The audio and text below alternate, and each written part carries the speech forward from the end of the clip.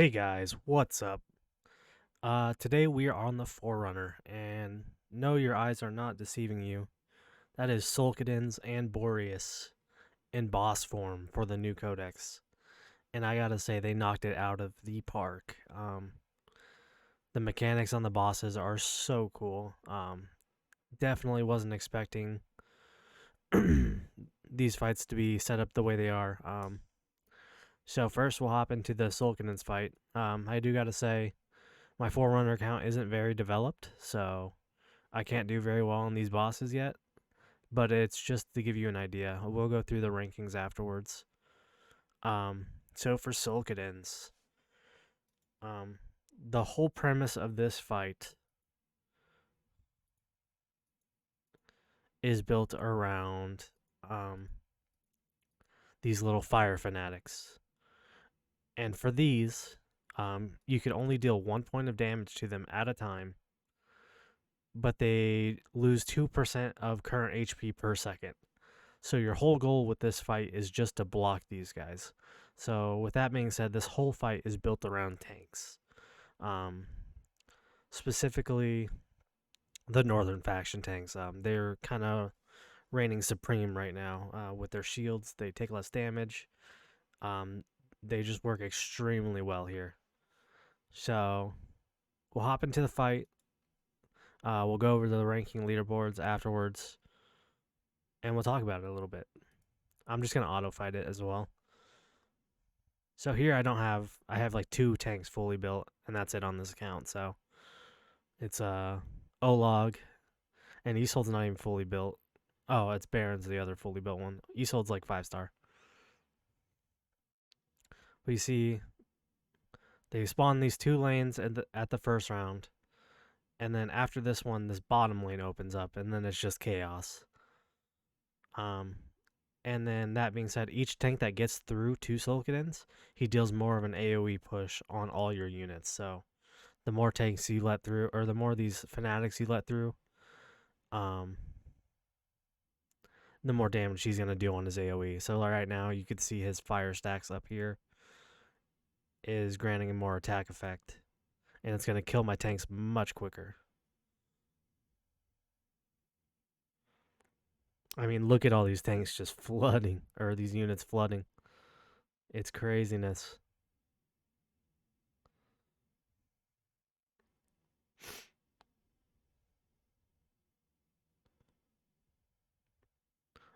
Olog holding strong for now. He should be dying right here. Yep.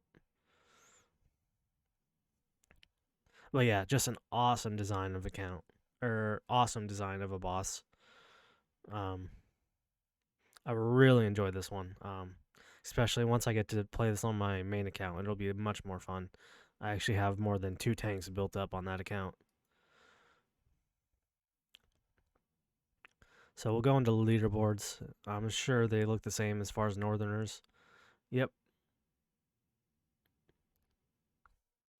So we got Northern heavy pretty much everywhere. Crowdor's a new tank. Um, Trusk is also a new one coming out soon. I was really surprised to see Avalon on here. She's in a lot of the teams as well, if you look. So there must be something about her. I saw the other day Ray was talking in Fastidious's chat about her being really good, and he wouldn't mention exactly why. So I'm assuming it had to do something with this codex. But yeah, almost Northerners across the board. The tankier and more self-sustained they have, just going to be the better. Um, if you have King Hars, you're finally happy that you have King Hars. But yeah, that's going to be the leaderboards for this one. Like I said, awesome fight. Uh, Very different mechanic than we're used to, relying on just tanks, which I like. They're making sure Codex isn't just, oh, you have all the DPS, here you go, you win. We have healers, we have tanks, and this next one we're gonna get into is very cool. It's probably my favorite fight of all. Um, but yeah, with that being said, this is the Boreas fight. So with Boreas, um, I guess we just go into this one. The only damage that you could deal into Boreas is based on right here vulnerabilities: poison, burning, bleed, and radiant erosion. That is the only way you could hurt Boreas in this fight. So, um, my team, they actually give you a cuke at level 3 of like the pre-runs to get to Boreas, and it's like a 5-star cuke, which I'm using in this team now. Otherwise, otherwise I wouldn't just have like any damage in this fight. It's basically all on Vladov, really, and a little bit of my Twin Fiends burning.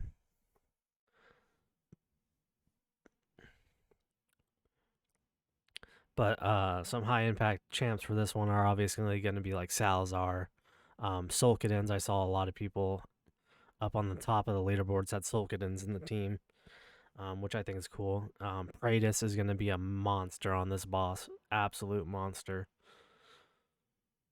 Who else might we see? Arrogance, another one that's going to be great here. I just really enjoy this fight. I think this one is an awesome design.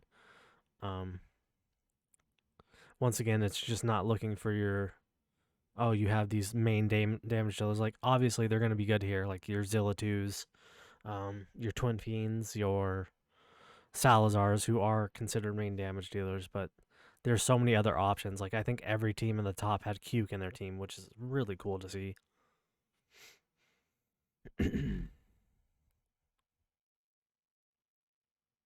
Right now, I have him in just because he can place burns, but it's just it's a chance of it.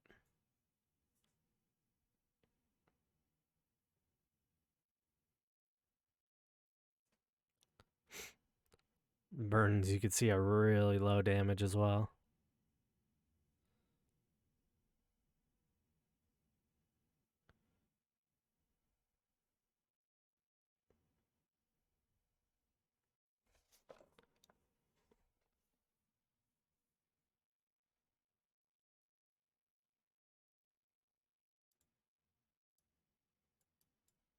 Cuke and Vladov leading the way.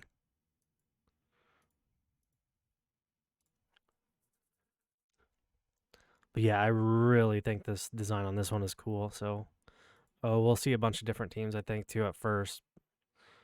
Um, so you have your Salazars. He's running probably Torador to get the extra hits. I'm assuming.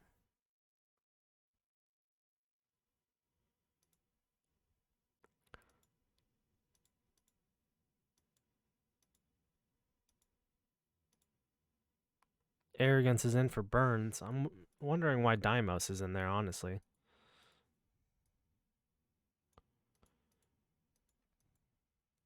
He must do something with the bleed active or something like that.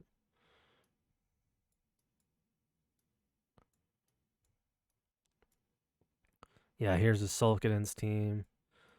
I saw a Praetus one somewhere. I just kind of wanted to see what kind of damage Praetus was doing in this fight.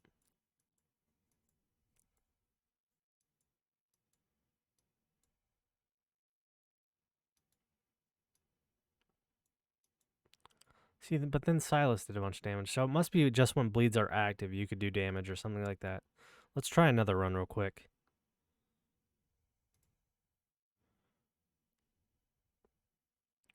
So let's drop that. Let's drop her. Let's drop him. We can keep him. And let's add Wrath. Let's give him lead.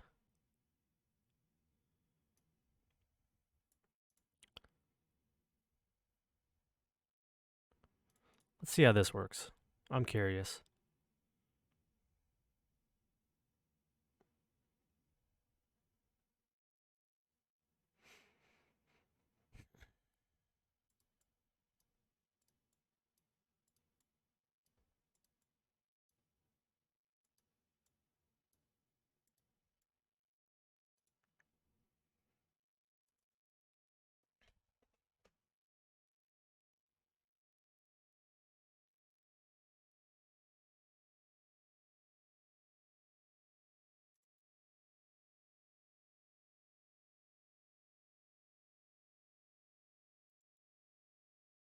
Okay, okay.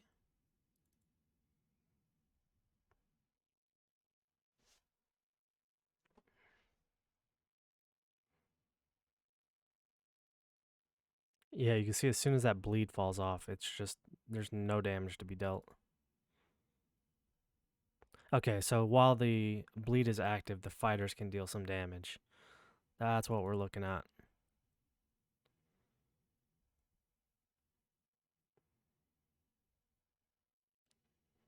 So if you have a really well built Vladov, he's going to be awesome in this fight as well. Um, so he will definitely be a key in this fight for some people. I guarantee that.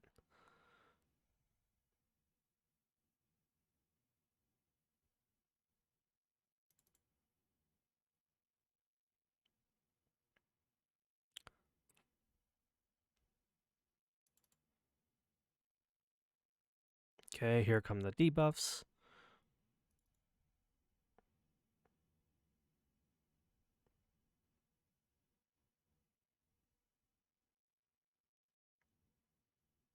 Yeah, this one's going a lot better.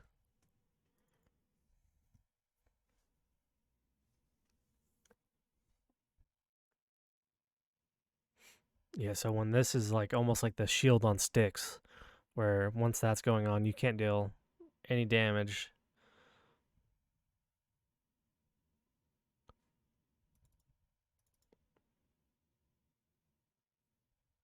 Can we get into D? Low aspirations.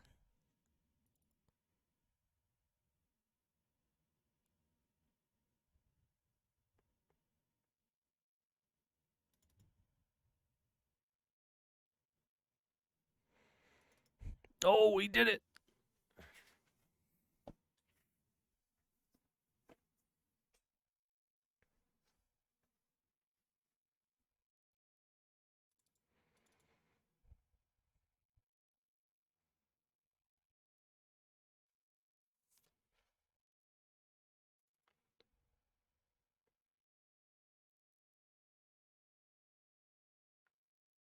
Okay, we're coming to an end this time.